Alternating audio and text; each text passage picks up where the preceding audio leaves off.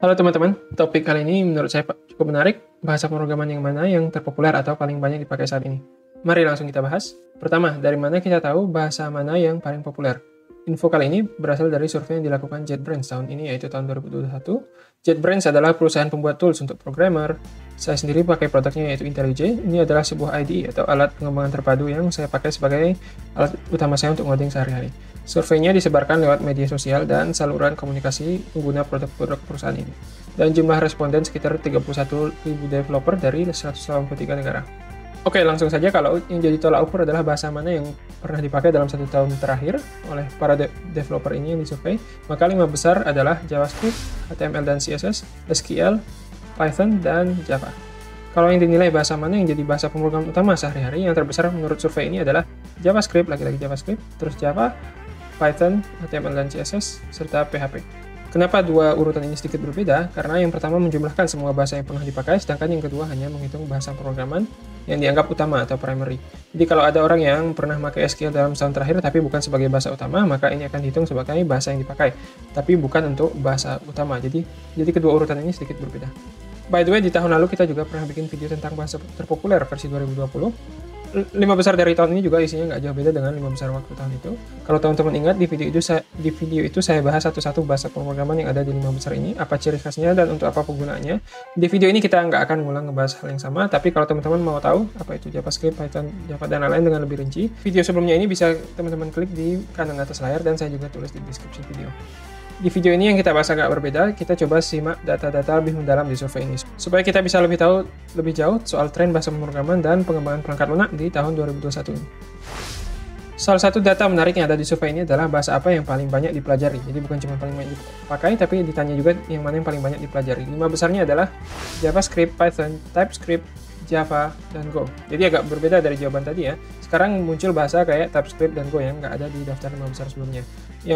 Mungkin kedua bahasa ini bukan yang terbanyak dipakai, tapi banyak dipelajari sehingga pemakaiannya mungkin akan meningkat di masa depan. Tapi di 5 besar bahasa yang dipelajari juga tetap ada bahasa populer kayak JavaScript, Python, dan Java. Jadi sebagian sama dengan yang tadi dan sebagian ada bahasa baru. Data menarik lain adalah bahasa mana yang jadi tujuan rencana adopsi atau migrasi di masa depan. Jadi mungkin sekarang belum dipakai untuk sehari-hari atau di pekerjaan, tapi programmer-programmer punya rencana pindah ke bahasa ini. Menarik kan? Apa jawabannya? 5 besar adalah Go, Kotlin, TypeScript, Python, dan Rust. Jadi seperti pertanyaan sebelumnya ada Go, TypeScript, dan Python yang merupakan bahasa terbanyak dipelajari. Selain itu juga ada Kotlin dan Rust. Dan udah nggak banyak bahasa 5 besar yang awal tadi. Jadi bahasa terpopuler udah nggak banyak di daftar ini karena ini hanya untuk bahasa yang jadi tujuan adopsi masa depan, bukan bahasa yang dipakai sekarang. Sekali lagi bahasa yang paling banyak jadi tujuan adopsi adalah Go, Kotlin, TypeScript, Python, dan Rust. Semua ini merupakan bahasa yang dianggap sedang naik daun. Jadi belum banyak dipakai, tapi banyak dilihat dan dipertimbangkan oleh komunitas programmer untuk dipakai di masa depan. Kalau teman-teman mau belajar bahasa tambahan untuk nambah kesempatan di masa depan, bisa jadi salah satu dari bahasa-bahasa ini adalah pilihan yang bagus. Survei ini juga mencari korelasi atau keterkaitan antara bahasa yang dipakai dengan jenis produk yang dikerjakan seorang programmer. Jadi di antara orang yang nyebut JavaScript sebagai salah satu bahasa utamanya, apa persentase produk yang mereka kerjakan? Apakah website lah, infrastruktur lah, utility atau perkakas lah, bisa kita lihat. Jadi di sini kita bisa kaitkan kenapa bahasa-bahasa itu populer dan kesempatan apa yang ada kalau kita belajar suatu bahasa. Langsung saja seperti bisa ditebak, untuk yang bahasa utama JavaScript, 80% mengembangkan website. Seperti kita tahu, JavaScript adalah bahasa yang utamanya dipakai untuk web front-end, tepatnya mengatur fitur-fitur interaktif di sebuah website. TypeScript adalah sebuah superset dari JavaScript, atau dengan kata lain, bahasa yang meliputi JavaScript biasa ditambah fitur-fitur ekstra. Gunaannya juga sama untuk front-end, jadi ini juga terlihat dari presentasi di data ini, banyak dipakai programmer yang membuat website. Banyak bahasa-bahasa lain juga sebagian besar dipakai oleh programmer yang bekerja di website seperti Java, Python, dan PHP. Tapi bedanya, ketiga bahasa ini adalah bahasa yang dipakai untuk backend, alias bagian belakang layar sebuah website. Jadi bagian website yang jalan di cloud, bukan bagian yang interaksi di browser seperti frontend. Apalagi yang bisa kita lihat di tabel ini. Terlepas dari bahasa apapun yang jadi bahasa utama, kita lihat ada persentase yang cukup besar programmer ngerjain yang namanya utility, yaitu didefinisikan di sini aplikasi kecil untuk membantu tujuan-tujuan tertentu. Jadi semacam aplikasi kecil pembantu. Sekitar 40% dari developer di setiap bahasa mengerjakan ini juga. Selanjutnya di bawah ini juga ada yang ngerjain solusi database atau penyimpanan data, ngerjain software system, dan bikin library garis miring framework. Ini maksudnya program yang dibuat agar bisa digunakan software-software lain atau program-program lain. Tren lain yang cukup menarik itu adalah bahasa yang punya persentase di bidang tertentu lebih tinggi dari bahasa lain. Misalnya yang kita bisa lihat untuk SQL, dari yang nyebut bahasa utamanya SQL, persentase yang kerja di database atau penyimpanan data jauh lebih tinggi dari bahasa-bahasa lain. Tentu ini bisa ditebak karena SQL adalah bahasa yang digunakan untuk membaca, menganalisis, maupun menulis data dari sebuah basis data. Yang lebih menarik, Go punya persentase lebih tinggi ngerjain IT infrastructure. Nah, ini saya kurang tahu pasti alasannya apa.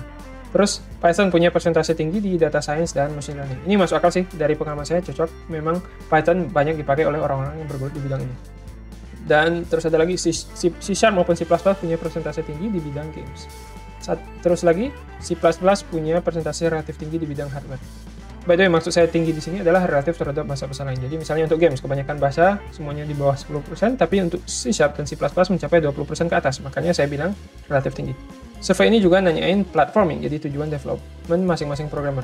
Di sini bisa kita lihat yang paling besar itu web, baik backend maupun frontend. Terus selanjutnya desktop dengan 32%. Saya sebenarnya agak kaget desktop bisa lumayan tinggi kayak gini.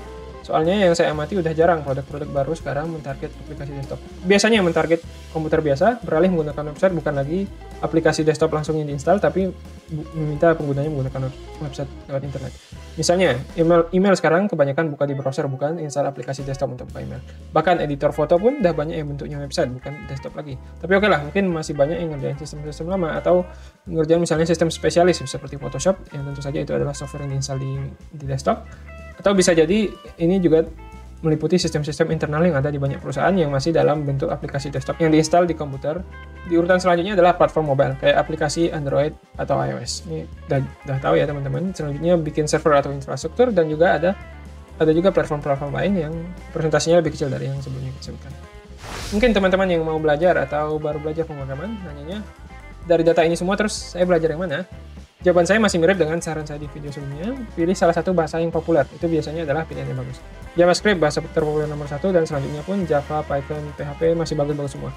Selain itu, sebenarnya bahasa-bahasa ini cukup mirip satu sama lain. Jadi kalau teman-teman sudah belajar satu, untuk belajar bahasa kedua, dan seterusnya itu akan lebih mudah.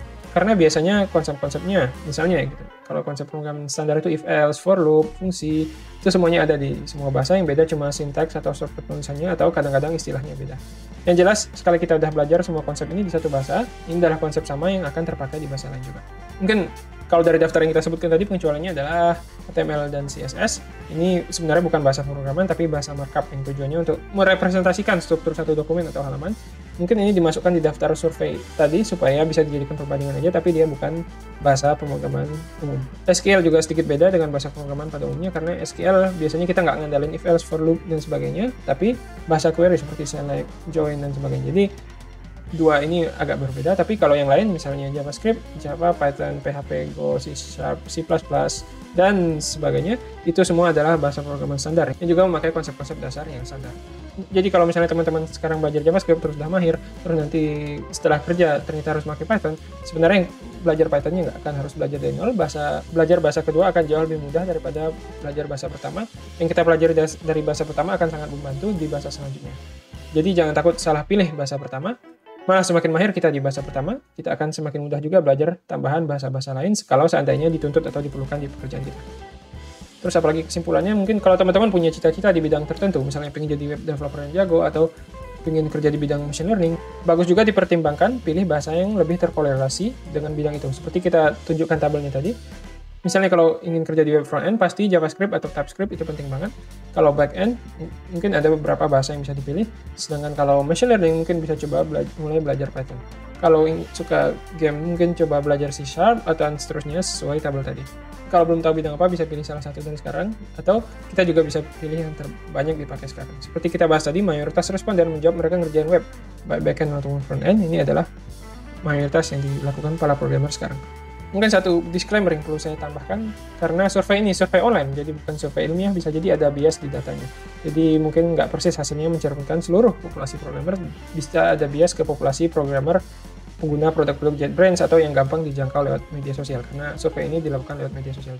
Sama kayak misalnya kalau survei pemilu ya, survei online sering hasilnya beda dengan hasil pemilu sesungguhnya, karena sering ada bias di orang-orang yang ngambil survei itu. Beda dengan survei ilmiah atau juga quick count yang dilakukan oleh para ahlinya. Anyway, kalau teman-teman tertarik link survei ini, beserta presentasi datanya, apa aja data yang ada di situ, dan detail metode surveinya, dan lain-lain, saya tautkan juga di deskripsi di bawah. Kalau teman-teman tertarik, bisa baca lebih lanjut di situ, tapi harus bisa baca bahasa Inggris dikit ya.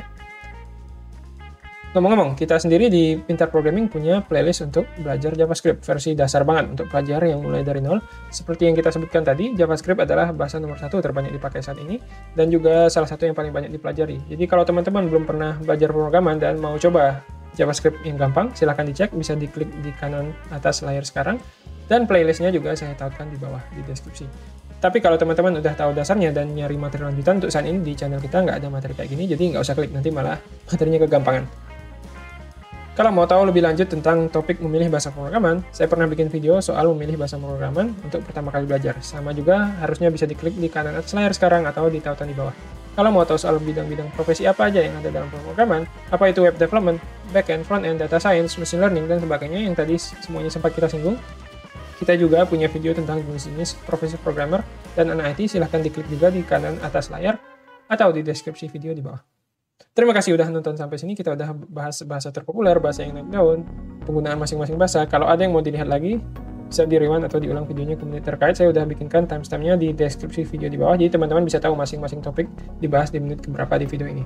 Kalau ada kritik, saran, atau pertanyaan untuk video ini, silahkan di komen. Atau kalau ada topik-topik lain yang mau dibahas selanjutnya, silahkan komen juga.